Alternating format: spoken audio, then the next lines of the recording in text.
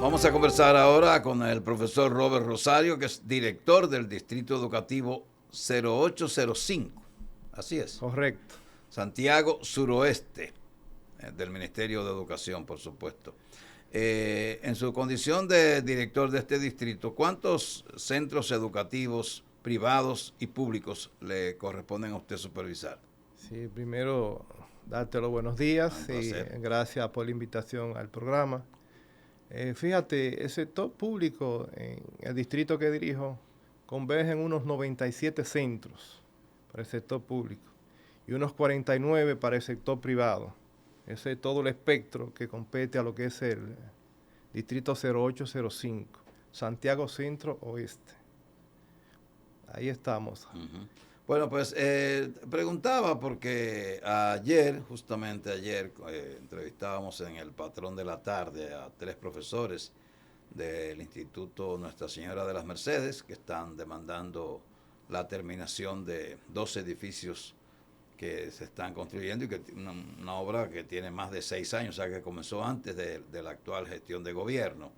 ¿Cuál es la situación que hay con esos edificios? Es correcto, sí tiene unos 6 años de construcción. Fíjate, cuando entra un gobierno tiene que comenzar a hacer el expertise de qué es lo que tenemos, ver el presupuesto, ver a qué nivel vamos. Pues ya tenemos 5 años. 5 años, correcto. En el caso del Politécnico, no sé si usted sabe que con el cambio de ministro, hay un cambio en todo el andamiaje. Entonces, el director de infraestructura escolar fue cambiado, fue removido. En ese sentido, entonces, hay que comenzar de nuevo, ¿verdad? A comenzar las ubicaciones y eso. En ese interín, la obra se paralizó. Pero para conocimiento... ¿Y cuántos ministros han pasado desde ese entonces? 3. Y cada vez que viene uno se cambia el director de infraestructura. Por lo general, sí. Por lo general, sí. En este caso, ya sostuvimos una reunión con ese director el jueves pasado, donde convergieron todos los sectores interesados, llámese ADP, los contratistas que contienen esa obra y las demás. Y quedamos de acuerdo con que se iba a revisar, ya se están esos aprestos, y es cuestión de días para continuar la obra, porque eran unas ubicaciones que no se habían dado. Pero ya estamos en esos aprestos para reiniciar la obra. Sí, porque lo que le llama la atención a la población es que el tema no es dinero. Correcto. Porque ese ministerio tiene dinero que no lo gasta incluso cada año. Definitivamente no es dinero y hay que entender la parte gerencial. Cuando una persona llega nueva a una dirección, tiene que visualizarlo todo, tiene que evaluar lo que tiene y esa parte se entendió. En ese sentido, los sectores entendieron que sí, que había que hacer una revisión, pero ya esa revisión culminó. Lo que procede entonces, comenzará a pagar las ubicaciones y comenzar de nuevo la construcción. ¿Y eso qué le falta? Porque ahí lo que hay es obra gris. ¿Qué le falta a lo que es persiana. O sea, pero ya está, lo que es obra gris ya está terminado. Ya está todo terminado. O sea, que ya colocar puerta, ventana y piso. Sí, ya. Eso es cuestión de 20, 25 días para esa obra.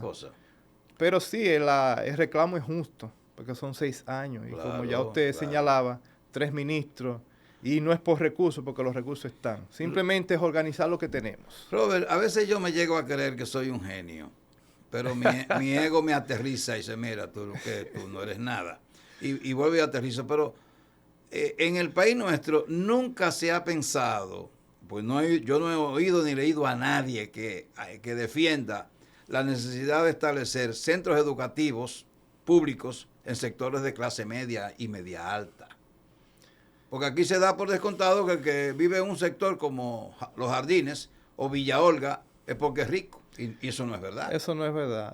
Bien, entonces, en esos sectores debieran existir centros públicos que no tengan un patio para práctica de deportes. Bueno, pues se busca un autobús y se llevan los muchachos un día a un estadio, a una cancha de baloncesto, lo que sea. O sea, no tiene que tener un espacio enorme, por eso en la ciudad hoy día no aparece o va a costar un dineral. Así es. Por ejemplo, esos 2 edificios del Politécnico, que son de 3 niveles, ¿verdad? De 3 niveles, correcto. ¿Por qué no hicieron ahí edificios de 10 niveles para poder aumentar la matrícula que me dicen que está en 3.000 estudiantes al día de hoy? Sí. Ahí convergen 3 centros educativos. 3. Hasta una escuela laboral tenemos ahí en el Politécnico Las Mercedes. Exacto. Fíjate, quizás, como tú comprenderás, estamos hablando de 6 años.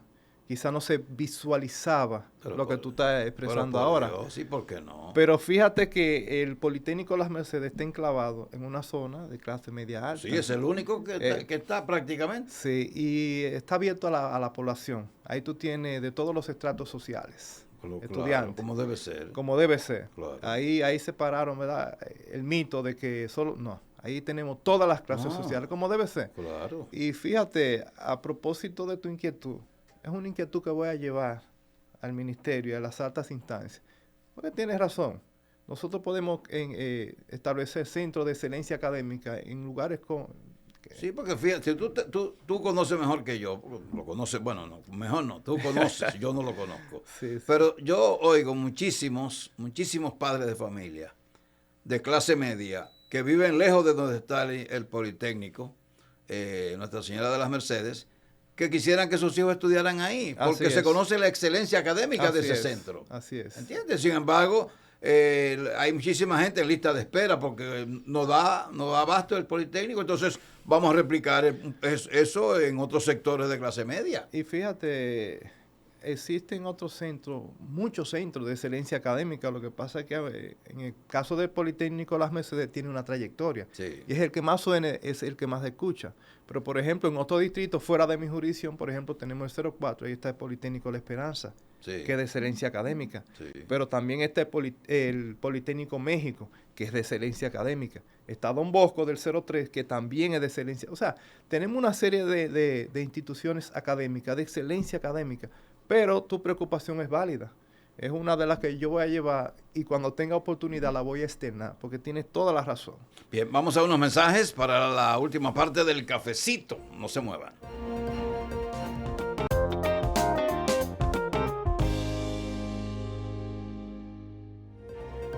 Bien, los minutos finales con el profesor Robert Rosario, que es director del Distrito Educativo 0805.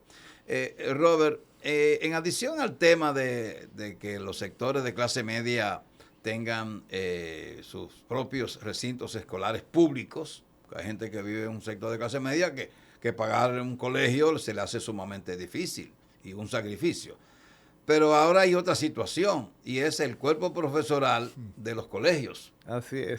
Que la mayoría quieren estar en una escuela pública porque el sector público paga más que el privado. Así es, eso es todo un tema y un dilema. Y de hecho nos ocasiona problemas. ¿En qué sentido? Porque es que un maestro que se haya preparado, que se haya capacitado, no es verdad que vaya a un colegio, por más de élite que sea, deben ganar 40,000 pesos. Cuando en el ministerio de entrada tú vas a ganar 55. Y ahí por ahí vienen los incentivos, que es maestría, que es doctorado, que años en servicio. Fácilmente un maestro de escuela pública está ganando entre 80 y 90,000 pesos. Entonces, no hay competencia con el ministerio. Entonces, ese es otro ingrediente adicional a lo que usted plantea, que es muy atinado. Entonces, esa parte hay que revisarla también. Porque los colegios, por más ajustes que hagan, no pueden competir. No. Entonces ese cuerpo profesional lo está absorbiendo el ministerio. No, y cualquier situación que quieran corregir, o sea, aumentando salario, finalmente va a parar al padre del estudiante. Correcto. Para el colegio es insostenible y para la familia también. O sea, concatenando lo que tú expresas. Así que esa propuesta la voy a llevar desde que tenga el tiempo prudente. Claro que sí. Claro que Robert, sí. entonces, para eso es un experto en educación, Jaime. No, lo que yo soy es un preocupado por las cosas y estoy atento al devenir de la vida en nuestro país y a cosas que parecen sencillas, pero para los gobernantes es algo que a veces se les complica, ¿verdad? Sí. Por ejemplo, yo entiendo que no es posible seguir con un Ministerio de Educación que es un monstruo, dirigido por una sola persona en la capital.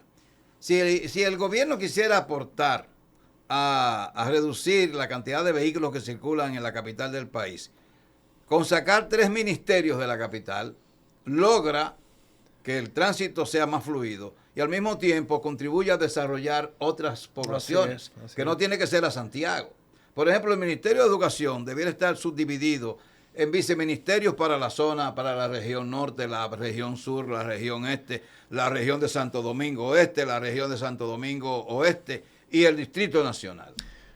De hacerlo así se descongestionaría un poco. Pero claro, un poco y los procesos, muchísimo. Y los procesos se agilizaran. Claro. Porque es que... ¿No tuviéramos esos edificios del Politécnico de Nuestra Señora de las Mercedes con 6 años? 6 años, para así hacer dos edificios de 3 niveles. Así es, porque es que todo se concentra en Santo Domingo. Claro. Amén de que en Santo Domingo tenemos los viceministerios, pero es como tú planteas. Si esos viceministerios estuvieran diseminados en las regiones, sí, la cosa fuera más llevadera, más fácil. Fuera diferente. Sí, porque ya se sabe el presupuesto que hay que asignar a cada región, eso se conoce. Bueno, lo maneja ese viceministro y ese le da cuenta al ministro de la capital. Así es. Y él no tiene que ver hasta con nombrar un profesor en tal escuela, no. Él nada más tiene que ver los números. Déjeme ver los números suyos, déjeme ver cómo va todo, cómo están sus finanzas, con tener contadores públicos autorizados para manejar esas operaciones. Porque hoy día la tecnología lo hace todo mucho más fácil y llevadero. Así es. Es visión que falta, mi querido Robert, visión que falta. No tenemos más tiempo, lamentablemente. Te vamos a tener que invitar de nuevo porque hoy no te hemos permitido hablar de tus escuelas. Falta muchas cosas que abordar.